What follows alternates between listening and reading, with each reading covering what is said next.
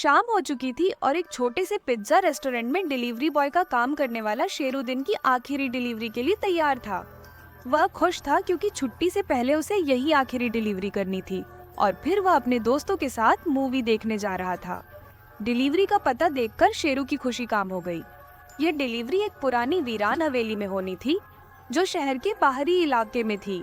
इस हवेली के बारे में कई भूत प्रेत की कहानियां मशहूर थीं, लेकिन शेरू ने कभी उन पर ध्यान नहीं दिया।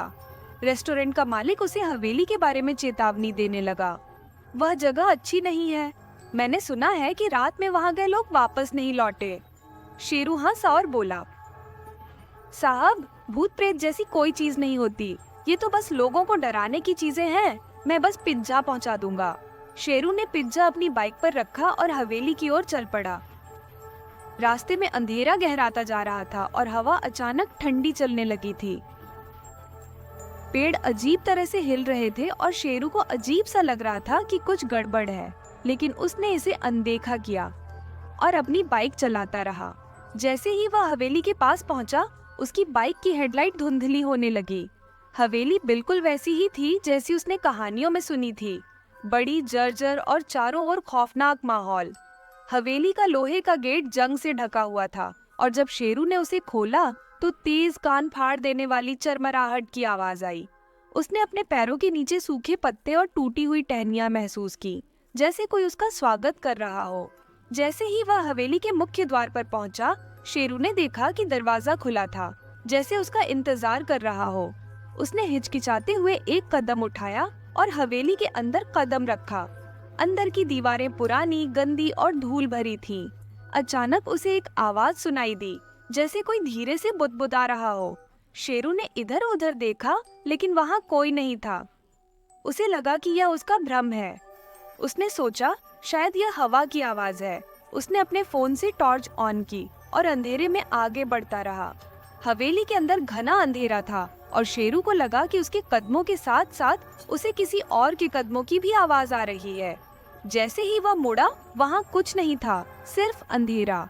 शेरू ने खुद को संभाला और पिज्जा लेकर आगे बढ़ गया। हवेली में एक बड़ा हॉल था और एक बड़ा पुराना दरवाजा था। दरवाजा अपने आप ही डरावने तरीके से खुल गया और सामने एक बड़ा ठंडा कमरा था। कमरे के बीच में एक बूढ़ा आदमी बैठा था जो बहुत कमजोर और अजीब लग रहा था। उसकी आंखें लाल थीं और चेहरे पर एक अजीब सी मुस्कान थी। शेरू ने डरते हुए कहा, आपका पिज्जा आ गया है सर। बूढ़े ने धीरे से कहा, तुम देर कर चुके हो बेटा, अब तुम्हें इंतजार करना होगा। उसकी आवाज इतनी धीमी थी कि शेरू को लगा कि यह आवाज हवा में घुल रही है। शेरू ने जल्दी से पिज्जा अपने पास रखा और वहां से जाने के लिए मुड़ा। जैसे ही वह दरवाजे की ओर बढ़ा, दरवाजा जोर से बंद हो गया। शेरू की सांसें तेज हो गईं। वह चीखने की कोशिश कर रहा था, लेकिन उसकी आवाज उसके गले में अटक गई। उन आकृतियों के चेहरे डरावने और डरावने थे, मानो वे शेरू को निगल जाना चाहते हो। बूढ़ा आदमी अब उठ खड़ा हुआ था और उसकी लाल आंखें शेरू पर टिकी थीं। वह धीरे धीरे शेरू की ओर बढ़ा और बोला, अब तुम्हें हमेशा के लिए यहीं रहना होगा। शेरू ने पूरी ताकत से दरवाजा खोलने की कोशिश की, लेकिन दरवाजा किसी अदृश्य शक्ति द्वारा बंद किया हुआ लग रहा था। अचानक हवेली की सारी लाइटें बंद हो गईं और शेरू ने खुद को घने अंधेरे में पाया। उसकी टॉर्च भी बंद हो गई। हवेली में आवाजें अब और भी डरावनी और गूंजने लगी थीं। शेरू को लगने लगा कि उसके आसपास भूत प्रेत मंडरा रहे हैं। उसने भागने की कोशिश की, लेकिन अंधेरे में उसे कुछ दिखाई नहीं दे रहा था। अचानक किसी ने उसके कंधे पर हाथ रखा। शेरू जल्दी से पलटा, लेकिन वहां कोई नहीं था।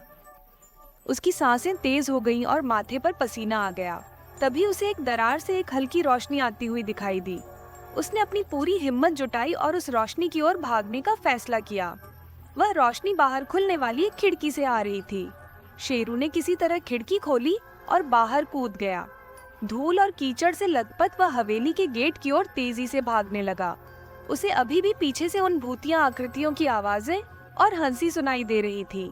शेरू ने अपनी बाइक उठाई और तेजी से वहां से भाग गया। जब उसने पीछे मुड़कर देखा तो हवेली अभी भी अंधेरे में डूबी हुई खड़ी थी, लेकिन अब उसके दरवाजे पर एक आकृति खड़ी थी जो उसे घूर रही थी। शेरू की सांस फूल रही थी और उसका दिल जोर जोर से धड़क रहा था। वह अपने रेस्टोरेंट में पहुंचा और अपनी बाइक वहीं रोक दी। रेस्टोरेंट मालिक ने पूछा, क्या हुआ शेरू, तुम इतने घबराए हुए क्यों हो? शेरू ने बस इतना कहा, भूतिया हवेली में कभी पिज्जा डिलीवर मत करो। उस दिन के बाद से शेरू ने कभी उस इलाके में कोई डिलीवरी नहीं की।